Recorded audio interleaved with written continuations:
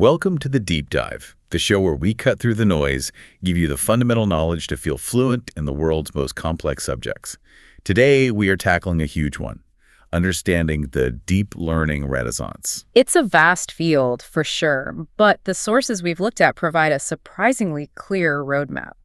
We're going to dive into the history, compare the two major software frameworks that make it all happen, and then really look at the core building blocks. And most importantly, figure out when this incredibly powerful tool is actually the right choice. Because it's not always the answer, is it? Not at all. So let's start with that history, because this whole thing is a bit of a scientific boomerang. A boomerang, I like that. So it's not a new concept. No, not in the slightest. Our material shows that neural networks first got, really big back in the 1980s. You had dedicated conferences starting up, like NeurIPS.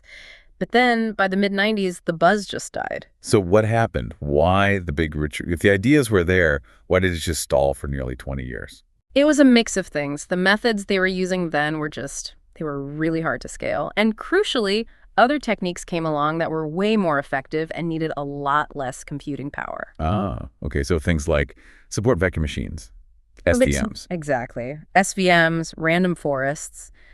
These models were just easier to train, and neural networks couldn't really compete at the time. It sounds like it was a classic case of a great idea just waiting for the technology to catch up. Because around 2010, everything changed. That's when we get this massive resurgence, and the term deep learning really takes off. Absolutely. It was a technological and a logistical perfect storm. Three big non-technical drivers made it happen. First, a massive rapid increase in computing power, specifically from repurposing GPUs for parallel computing. Graphics cards, right, for video games. The very same. Suddenly you could do many, many calculations at once instead of one after another. Second, we got these huge open source data sets. You can't train a deep network without millions of data points. And the third driver? User-friendly software libraries, the toolkits we all use today. And of course, we have to mention the pioneers here. The sources credit Yann LeCun, Geoffrey Hinton, and Yoshua Bengio, often called the godfathers of AI. Right. They won the 2019 Turing Award for their work, and they stuck with it through that whole quiet period. It's an amazing story of persistence. Okay, so let's get into those toolkits. If deep learning is the car, we need the engine. And that brings us to the two big software frameworks, PyTorch and TensorFlow. Yeah, and these are so much more than just software. They're these sophisticated libraries that handle all the grunt work. Managing code, tensor math, and the really critical part, automatic differentiation. Without them, we'd all be writing calculus by hand. Let's start with the one you see all over academia, PyTorch, developed by Meta or Facebook back in 2016. Its big claim to fame is the dynamic computation graph. That dynamic graph is everything. It's why it's so popular for research. It uses something called eager execution, which just means as you write your code, the lines are evaluated immediately, just like normal Python. So for a developer, what's the actual benefit of that? Why does that matter? It makes debugging so much easier. If something breaks, you can just stop and look at everything, just like a normal script. It's also super flexible if you're building really innovative models where the structure might need to change on the fly. It just feels Pythonic. Okay, now let's pivot to the other giant, TensorFlow, from Google, released a year earlier in 2015. Historically, it was known for its static graph, which made debugging, a bit of a nightmare. It was, yeah. They've since added eager execution to compete, but TensorFlow's real strength has always been its production readiness. If you're building a model to deploy at massive corporate scale, TensorFlow is. It's just built for that world. That's a really important distinction. It integrates with Google Cloud. It has tools for visualization like TensorBoard. And data processing with TFX. And you can even deploy on phones with TensorFlow Lite. It's a whole ecosystem. So to sum it up for you, the listener, the trade-off is really flexibility versus robustness. Exactly. Go with PyTorch for research and fast prototyping. Pick TensorFlow if your main goal is rock-solid, large-scale deployment. Two different tools for two very different jobs. So we've got the frameworks. Now we need the actual, the building block of data itself. And our sources all start with one thing, tensors. Right. We hear them called multi-dimensional arrays, kind of like NumPy arrays. But what's the special sauce? Why not just use NumPy? That is the key question. A tensor is special because it's deeply connected to the framework's automatic differentiation engine, like torch.autograd. It doesn't just hold numbers, it holds the entire history of how those numbers were made. Ah. So it remembers the math. It remembers the math. Yeah. And that's what allows the system to calculate gradients, which is the magic behind how a network learns. And of course, tensors are built to run on GPUs for that massive speed up. So that's what lets us tackle problems with, what, billions of parameters now? Something unthinkable in the 90s. That's the difference. That scale is what makes it deep learning today. Okay, so let's trace how these tensors flow through a simple network. The classic fashion MNIST example comes up a lot. The goal is to classify a 28 by 28 pixel image of clothing into one of 10 categories. Right. And the first step is you have to prep the data. You can't just feed a 2D image into a standard layer. That's where the n-flatten layer comes in. It just takes that 28 by 28 grid and squishes it into a single line of 784 pixels. Exactly. It turns it into a 1D vector, and that prepares it for the fully connected or linear layers. Inside that linear layer is where the main computation happens. It's really just matrix multiplication. The famous equation, output equals x times w plus b. That's the one. Your input, x, is that vector of 784 values. The first layer might transform that into, say, 512 abstract features. Let's pause on that W, the weight matrix. What is that conceptually? What is it doing? The W matrix holds all the parameters the model learns. It's a huge set of knobs, basically. It learns the best way to combine those 784 input pixels to create the 512 features in the next layer. It's learning the relationships in the data. But if you just stack a bunch of these linear layers, the whole thing is still just one big linear function, which is why you need the nonlinearity. In this case, the NN.ASUU activation. Absolutely critical. Yeah. ReLU, or rectified linear unit, is so simple. It just keeps positive numbers the same and turns all negative numbers to 0. That little kink is what allows the network to model complex, real-world patterns that are never linear. So the network stacks these linear and ReLU layers, and at the very end, it outputs 10 values, one for each clothing category. So we have the architecture.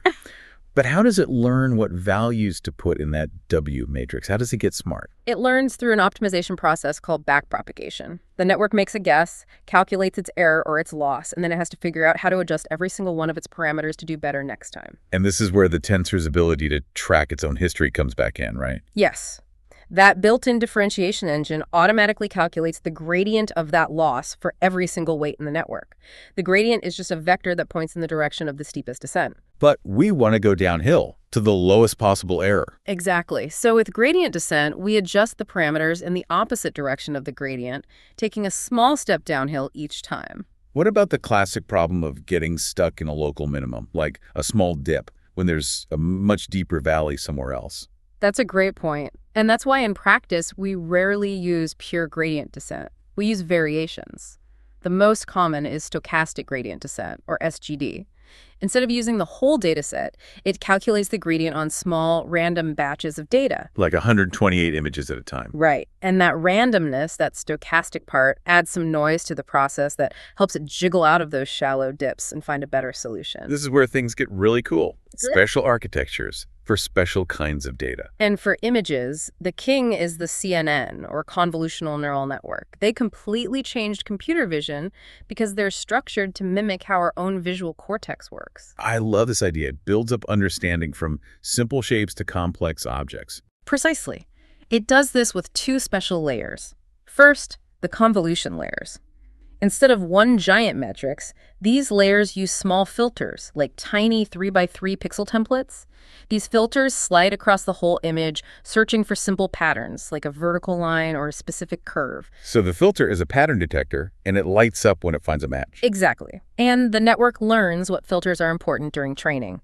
It learns the template for an edge, then combines those to find an eye, and combines eyes to find a face. And then after that, you often have a pooling layer. Max pool is the common one. It sounds simple, but it's hugely important. It's brilliant.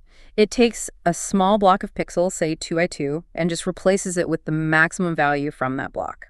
This does two things at once. It shrinks the image, which reduces the computational load. By a factor of 4 in that case. Right. And it also gives you what's called locational invariance. Meaning? It means the network cares that it found an eye, but it doesn't care exactly where in that little 2x2 block it was. It makes the model more robust to small shifts in the object's position.